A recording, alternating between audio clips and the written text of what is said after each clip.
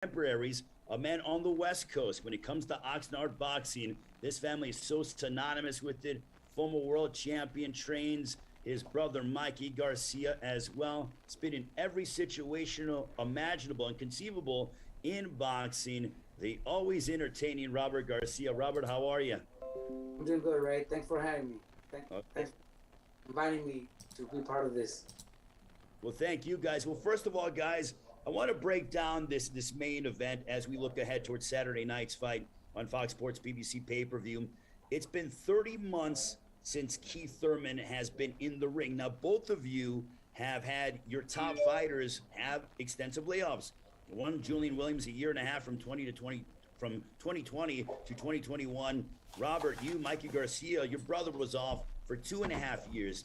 Can you tell us about the psyche that Keith Thurman might be dealing with heading into this fight against Mario Barrios?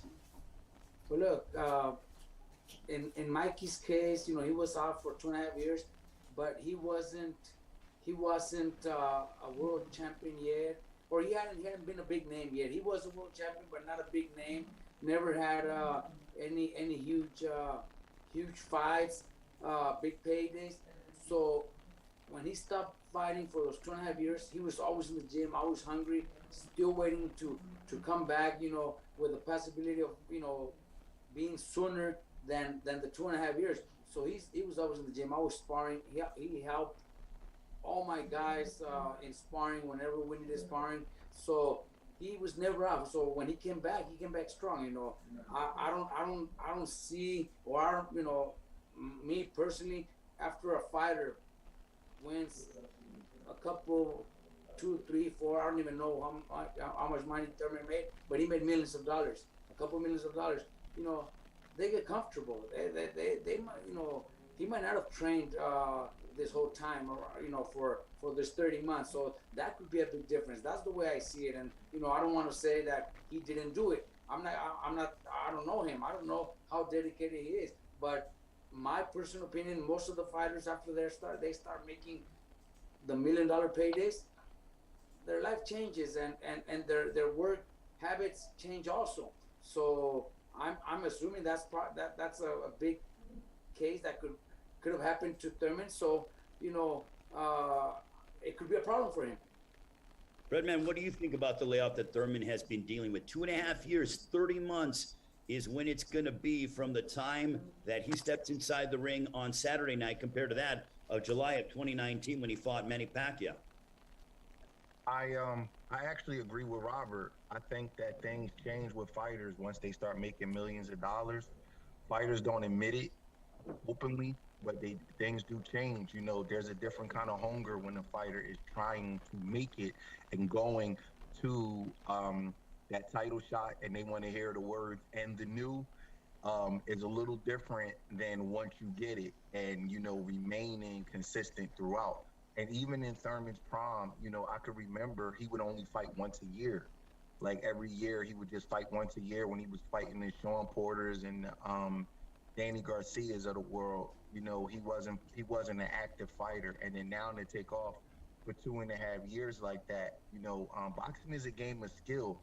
And the way you build skill is with repetition. And you don't get better at doing anything by not doing it for 2.5 years. And I don't know him personally, as far as what his program is in the gym and what he does in between fights. But it's, in my opinion, it's just counterproductive to be away from boxing that long. And I think it's why that I think this fight is going to be more competitive than what people think, because it's hard to go through that. 2.5 years of not doing something. It's a lot of things that your body has to get readjusted to. It's not just being sharp and throwing punches on the pads. It's being hit. It's making weight. It's, getting through camp without having an injury. We just seen Gary Russell. Gary Russell was pretty sharp in this fight, but he got an injury, and I'm not saying the injury was because of ring rust, but when you don't use those muscles for a long time, then you get injuries and stuff. And I think this fight is going to be a lot tougher than what people believe it's going to be. Some of my favorite fighters growing up were guys who had layoffs, like Sugar Ray Leonard. He was my favorite fighter as a kid. And, you know, as great as he was, you know, if you look at him really, really close and you know his career like I do, he wasn't the same after he came back. Even with the Hagler victory, you know, his performances was up and down. He would get knocked down constantly. Things just change when you take off. And, you know, I think this is going to be a tough fight because of that. Well, we also have two other outstanding trainers that are joining us alongside Robert Garcia and Stephen Breadman Edwards. The head trainer of the welterweight champion of the world, your Dennis Ugas. I'm talking about Ismael Salas. Ismael, a pleasure. Thank you so much for joining us. It's very, very, very great pleasure to be around. You know, fortunately, we have one of the guys in the welterweight division. He's a world champion, and I believe we have coming up a big fight, and we are in the training camp for it. All right, well, we're looking forward to talking with you, breaking down this fight. Also, the lead trainer of Errol Spence Jr., the welterweight champion of the world, and also Jermell Charlo, the super welterweight champion of the world. Derrick James. Derrick, how are you? You doing good? How you doing today? It is great to talk with you, Derrick. I want to get your thoughts.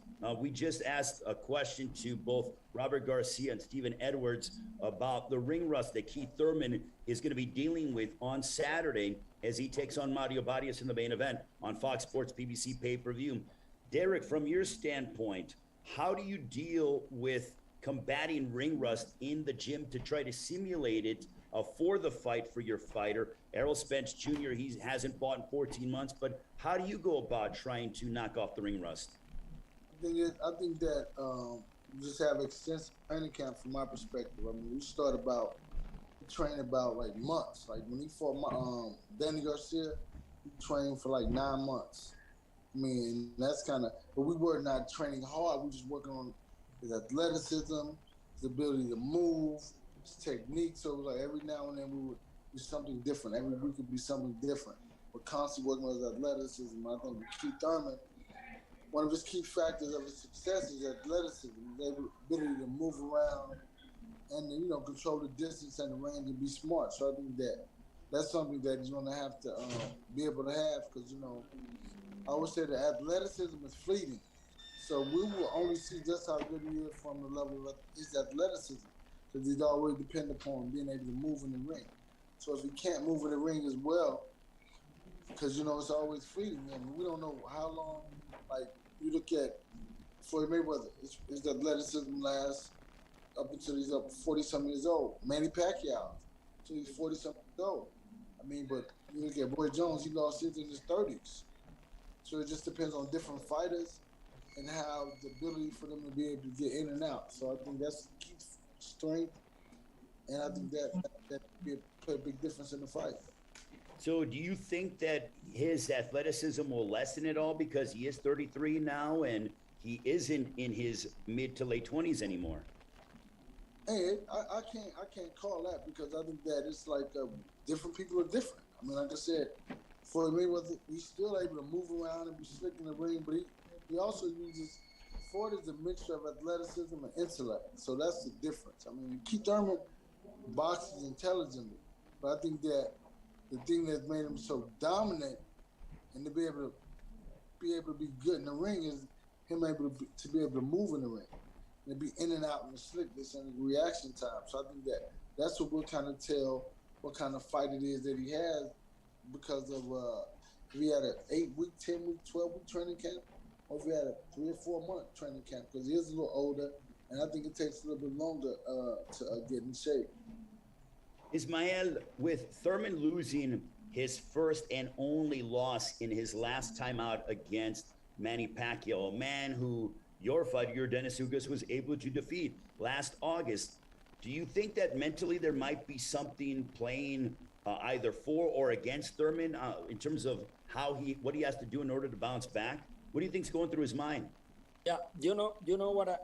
Most important thing, and every one of the guys I've been listening is something you need to realize in all sports is the longevity, sport longevity. So when you're talking about boxing, it's a highly coordinated sport, You have to have a very high explosivity altogether. Okay, to keep that way, to the level he is right now, he needs to keep work with the all quality. It's not the training camp, full training camp. It's just work with the many coordination, to keep his performance high. This is the concern, because when you're talking about the ring rust, is something to deal with. The ring rust is bad, but at the same time, if you can manage the ring rust at the gym, doing many work, no need to be so intense work. You have to control the intensity of the work to keep the guy fresh and not lose the coordination, the ability, let's say. Yeah. The boxing ability have to be there because it's something we born with. I see. So if you can see any good and old fighter, first thing he lost the ability to do different work during the fight, because you have to react. Boxing is the sport. Every action you have a reaction.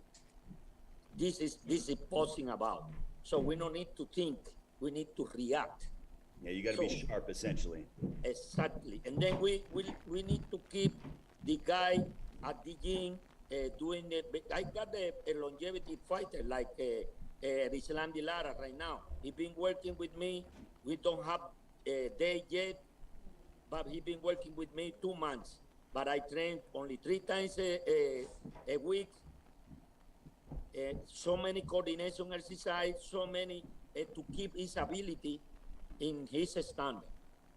Okay, now let's talk about Thurman. Yeah. Thurman is 2.5 years. He been out of the fight. He lost with Manny Pacquiao, and I believe that fight he lost because he lost the ability to control the aggression of Pacquiao, Manny Pacquiao. Okay. So it's the main cause of the loss. He was there. He was in front of Manny Pacquiao, and Manny Pacquiao, he was the guy who came early round, and he dropped him, and the caused to mess all the fight, and that's why he lost. And after that, no one knows what we've been doing. We expecting he come to this fight with Barrios in good shape, with all his ability and the highest standard. But if not, remember, he will lose. Yeah. Because Barrios is a very competitive fighter. He's very solid, Mexican, strong fighter, and fresh. So, to me, okay, if I say about the name, Thurman. But if I tell you about what I see in the ring, Breadman. Okay, interesting. Well, let's talk about Mario Barrios. Robert, what did you learn in Barrios's loss at the hands of Gervonta Davis at the end of June last year? Barrios is also coming off of the first loss of his career. He's been more active, but what did you take away from his performance against Gervonta Davis? You know what? First of all, I want to tell Mr. Salas how much I admire listening to him. The way he talks, the way he explains things is just something that I look up, somebody that I actually look up to when it comes to boxing. So, my respects to him. But look, thank you. Mario Barrios is a young fighter that wants to be great. He still hasn't had the $1 million paydays like Keith Thurman has. So that's why I think Barrios has a great chance. He knows this fight changes his life for himself, his family, his team. It changes their life. He's a warrior. He's dedicated. I know the kid is very dedicated. I know he's always training. I know him because I have a lot of fighters that are from San Antonio, Texas. So I know he's very dedicated, and I know he's gonna do whatever it takes to become to win this fight, because he's not only challenging a former world champion, but he's also moving up in weight, which is a challenge for him. but he's big enough, he's tall enough where he might even compete better at welterweight. I truly believe Mario Barrios has a great chance of beating Thurman, especially if Thurman has been out, he's been out for so long and he made millions of dollars. So that changes anybody. I don't know how he trains. I don't know how his training camp is. He's going to say he's been training for 10, 12 months nonstop, but he could be saying that. We're not saying it might not be true. So, I can't wait for this fight because I'm actually excited about this fight. But I really think Barrios has whatever it takes, what it takes to win. Well, at this time, we want the media, because we know a lot of media members are on. They want to ask you guys questions about this fight. It is a trainers roundtable. Make sure to raise your hand and go ahead, and once we call upon you, unmute yourself and ask your question to these outstanding trainers, Stephen Breadman Edwards, Robert Garcia, Ismael Salas, Derrick James, some unbelievable minds. Kelly Swanson would go ahead and delegate who asked the questions, but by all means, if you have a question, raise your hand and we will call upon you. Kelly? Hey, thank you so much. We'll go with John Whistler. John, go ahead with your question. Go ahead. I was wondering, anybody can answer. What kind of a fight does Barrios have to fight in order to win? What does he have to do to win this fight? Who's that meant for? You can go. Go ahead, Breadman. You take it. I think, it's funny. I can remember it was like, like guys like Earl Spence used to call Thurman out, years ago before Earl won the title. And I used to always say to myself that Earl would defeat Thurman because I felt like that Thurman, he moves, but his movement is really not like overly efficient. Like he kind of like glides around the ring and he jumps in and out with big shots. And I felt like a guy like Earl would pressure him behind an educated jab, and Earl kind of keeps his feet up under him and keep his hands in punching position. I just thought that he would like what we call it in the gyms in Philly. Like I thought he would run Thurman hot, where he would make him move and expend more energy than what he be willing to do. And I feel like Mario, I don't think he's as talented as Earl, but I think that if he fights that kind of fight where he's putting pressure on Thurman, because Thurman is a big puncher, but he really doesn't come forward. He kind of like bounces around the ring and jumps in and out with his shots. And I feel like you just don't give him room. Mario shouldn't give him room to kind of like build up a head of steam to land big shots. I think he has to go put pressure on him with an educated jab, keep his hands up, stay in punching position, stay tight, because Thurman will hit you with a big shot, and kind of walk Thurman down and put pressure on him with a good jab. Don't over punch because you don't want to get clipped with nothing because he's fighting a bigger guy. But I think you got to kind of step to keep Thurman. Even though he's a big puncher, I don't think you want to give him room, because if you give him room, you kind of give him a chance to like load up and build up a head of steam with his punches. So I think he got to put smart, educated pressure behind a good jab. And I actually think Mario is going to win the fight. Believe it or not, I know it's a big upset, but I think he has what it takes to win the fight. Robert and Derrick, if you guys want to chime in on that question from John. Go ahead, Ray. If they want to jump in. I think that I'm gonna piggyback on basically what Breadman said. I think it's more about pressure, but I'm not gonna say Barrios is gonna win. I just want to see a good fight, so I'm not calling the winner. But I'm saying is that I believe that Barrios has to be aggressive. He has to not. The key element to success for him is not to let Keith Thurman be himself, because Keith Thurman is great if you let him be great. But if you do anything to interrupt who he is and the type of fight he wants to fight, I think that's where you really have an advantage. I think he has to come out there and be aggressive and not necessarily let Keith be Keith, because if you let him be Keith, he's going to be phenomenal. He's going to box him all day long, I believe. Thanks, Derrick. Anybody else? We already did hear from Ismael and Robert on that. So John, anything else? Just like to get Robert Garcia's take. Go ahead, Robert. You know what? I agree with Derrick, and they they have a point, when it comes to, being aggressive. But, being aggressive doesn't, necessarily mean you're going to have to rush into a fight because you're going to get caught. Thurman hits very hard, is very powerful, has great reflex also. So you got to be careful. You got to do it smart way. I don't know what their game plan is, but that would be my suggestion is, to be aggressive, but do it in the smart way. Don't rush into throwing punches. Don't reach into punches. Obviously work on, be very careful with your hands up, walking into punches. But that's what Barrios needs to do. And I personally, I know Derrick doesn't want to pick a winner, but I pick Barrios. I think Barrios has the to pull it off. In other words, don't get in a slugfest. Yep. In my personal opinion, I totally agree with Stephen and Robert, and my best regard for both of them. One thing I like to make sure, if Barrios can keep well educated with the front hand, is the key. Well educated. You can, aggression is a smart way to be aggression. Because you have one guy, one punch KO. So this thing means if you have a good front hand, let's say the jab, always make variation, always mix it up and be smart.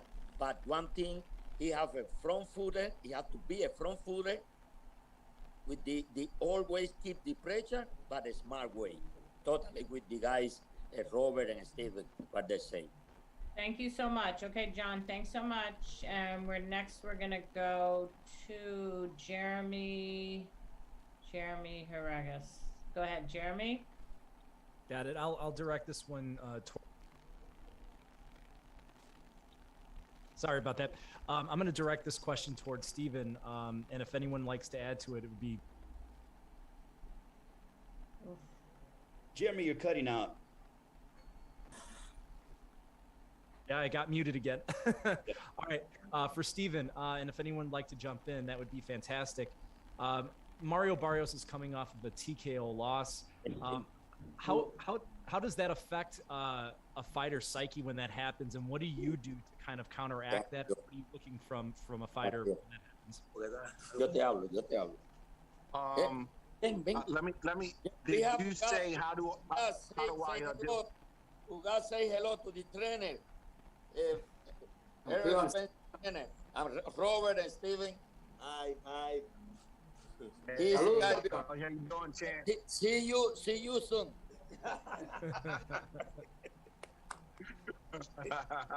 You don't move it over my room. I got a couple. It's a great pleasure, and thank you for the opportunity.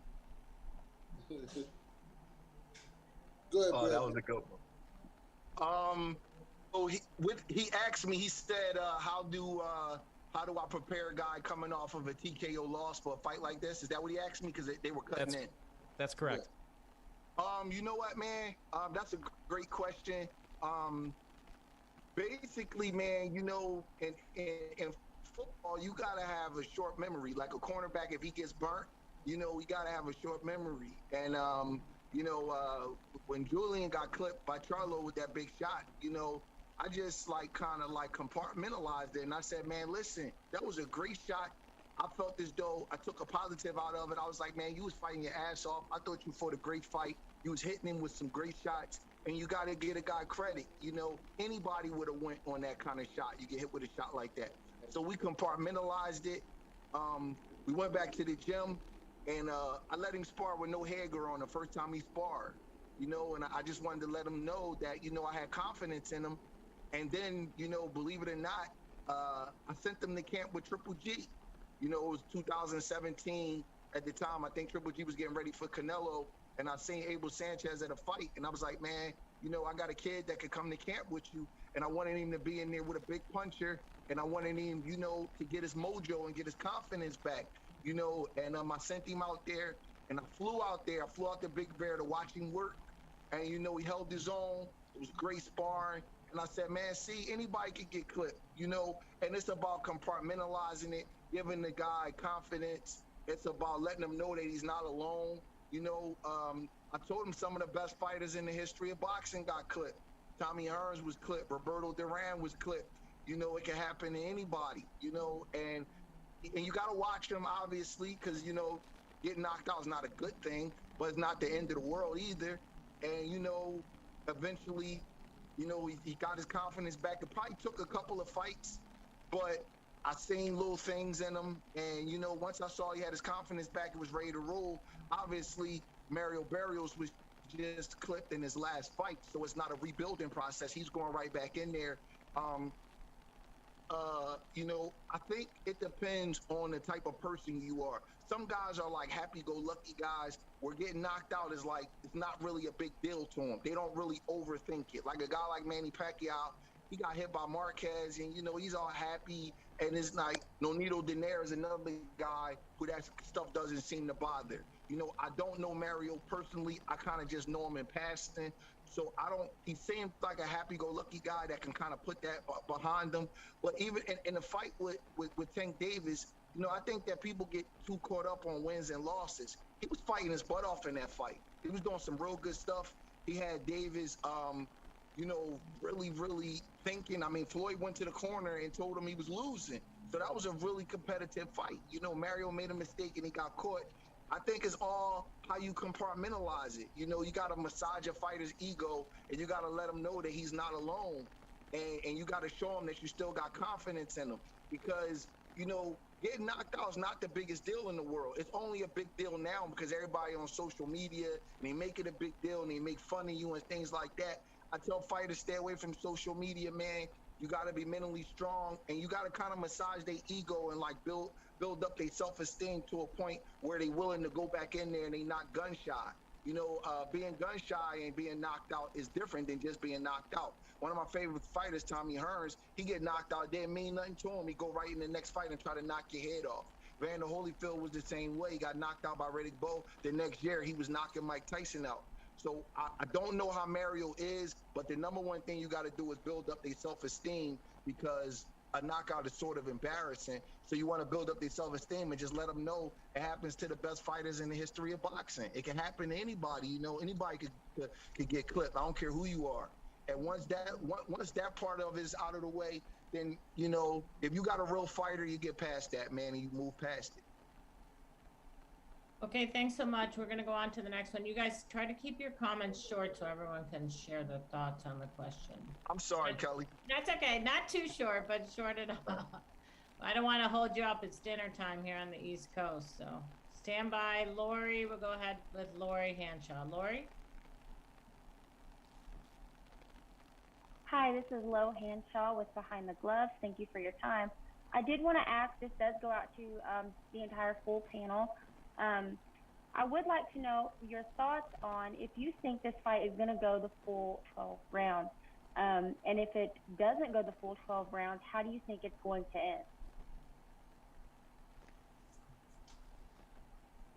Go ahead, Derrick. You start. Well, you know, I really don't know. I think that it all depends on, like you said, the type of fighter that Keith Thurman is, and if Mario is able to implement the pressure and kind of put the pressure on him behind his jab and make him constantly feel him. I don't know who will win the fight. I just care that I see a good fight, and I think that it will go the distance. Robert? I think this fight goes the distance. I think it will be a very close fight. Maybe, you know, split decision, something like that. But, you know, I think it'll go to Barrios. Ismael? Yeah, for me, the best chance to Thurman to win their fight is from round 4 to 6 by stoppage. Or if we go to distance, will be very close fight, very close decision, but in favor of Barrios. And Steven? I think the fight will go the distance. I think it's going to be a very close fight also. I wouldn't be surprised to see both guys go down and both guys hurt. I expect a little bit of controversy. I think it's going to be a close drawish kind of fight, but I think Mario Barrios will get the edge on the decision.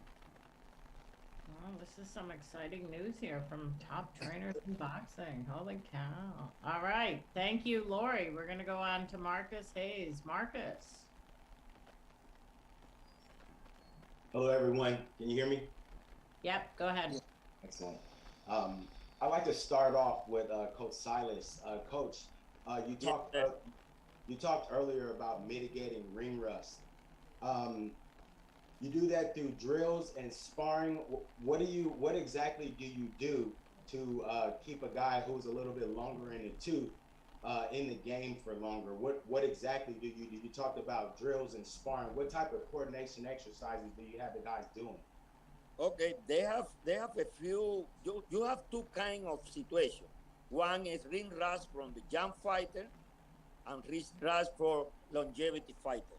Okay, so for me, if you say with the young fighter, this happened to me one season when Yuriorkis Gamboa it was off the fight for almost a year. So I put in him once a week sparring to keep him short and sharp and no long sparring. He was young in that time. Okay, in the case you got a guy for already with many fights like Thurman, let's say, like Jordan Ugas, like so many, you know. So what I'm doing is that there are many drills to work with the coordination and work with the ability. So ability, you can look in general term with any other exercise, not boxing exercise. But they have a special ability where you're working especially with the drills inside the gym.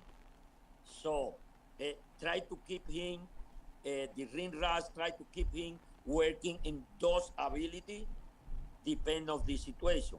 Who is the guy you hand there for? You know, so it's important for me. Boxing is like what I say. We are one punch away from disaster. And that's it. So as long you create, what is boxing about is offense, defense, and counter. This is a basic ability you have to maintain in any fighter. To have a good offense, to have a good defense, and then you can have good counter fighter. So I love this all kind of situation. I love to always challenging, put all the ability, the guys, the coordination, depend of the age. What I say. I hope I can satisfy your question. And lastly, Coach Salas and Coach Garcia, actually, I'd like to ask you both. We've heard a lot about how you can game plan or how Mario Barrios should approach taking down Keith Thurman. But if you're on the opposite side of the corner and you're fighting Barrios, how do you lead Keith Thurman to victory on Saturday night? Starting with Coach Garcia. You know what? Keith Thurman has the experience, has been in world-class fights many times. He's made a lot of money also in those fights, fight the big names. So you know he's already used to it. So for him, just be himself. Don't get caught into Barrios' game plan. You know, don't fall into it. Just be yourself. Use your angles. He moves around very well. He's got great power, great counter punching also. So look for those punches. You know, fight smart and look for those punches. We'll look for Barrios to make those mistakes, because if somebody makes mistakes, I think it's gonna be Barrios. Maybe gets a little desperate. Maybe his experience might hurt him also. He doesn't have the same experience as Thurman has. So take advantage of those moments. Take advantage of those counter punches when Barrios makes mistakes. You know, that's what I would advise him. You know, he already is a great fighter, a former world champion, actually a great one. So just be himself. Don't fall into Barrios' game plan. Thank you, Marcus. Now we're going to go to our last question. It's from Cynthia Conte. Cynthia, go ahead.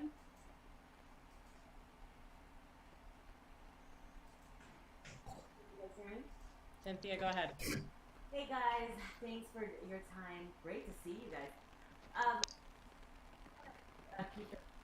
It's a little hard to hear you, Cynthia. Can you pick up your phone? It's hard to hear you. Can you hear me now? It'd be better if you came off the speaker. Oh, okay. I'm on my computer. Can you hear me now? Kind of. It's a little rough. Let's try it. Just try it. Okay? Go ahead. So we know that Keith Thurman is coming off a 2-year loss. In your opinion, to all trainers, do you feel that he has a lot of pressure in order to succeed, since he's a former world champion, in order to beat Mario Barrios, or do you feel Mario Barrios has a lot of pressure in order to be victorious over a former world champion and to show he's arrived? Who are you asking that to? Any of the trainers. Derrick, go ahead. I missed the question. Derrick. Okay. It was hard to hear. Come on, Derrick. No. Okay. Do you think Keith Thurman has a lot of pressure on his shoulders to come out and win, be victorious over Mario Barrios in a fight that a lot of fans did not care to see, but we are now craving to watch? I think that I got you. I think that he might, but then at the same time, it's like he has a lot of things to weigh. He has his inactivity. He has, I think that's a little different. I think that at the same time, I think Mario Barrios, Keith has to be able to adjust to Mario Barrios' speed. Him being a smaller guy, normally smaller guys are always faster than bigger guys. So I think that the pressure may be on him. I think that we'll see. I mean, it's really up to him. I think that every fight I always feel like they have something to prove. And I mean, and him being off for 2 years, he wants to shut everybody up from even mentioning it. So I think that that'll be the difference in the tenacity of him. So we'll see. Anyone else want to chime in before we wrap this thing? Yeah, I like to say, analyzing all the situation, I listen all the great trainers now we have around, analyzing all of them. To me, I think for the Thurman experience, if he can control the tempo using his experience, he can get the win. But if he cannot control the tempo, and then he will get, off at the end of the fight. The fight go the long, if he not control the tempo, he cannot make a statement, and then bury. It's key point there, who control the tempo, who dance in my own tempo. That's it for me. Robert, why don't we go Robert, then Steven, and then Ray will take it back and say goodbye. Going to Cynthia's question on if Thurman has a pressure. I think he has a lot of pressure into winning this fight. He, before the Pacquiao fight, the way he was talking and the way he was acting, he wasn't supposed to lose that fight. He wasn't, and he lost it, and he got dropped, and he wasn't expecting that. I think Barrios has nothing to lose, everything to gain. I think the pressure is definitely 100% on Thurman.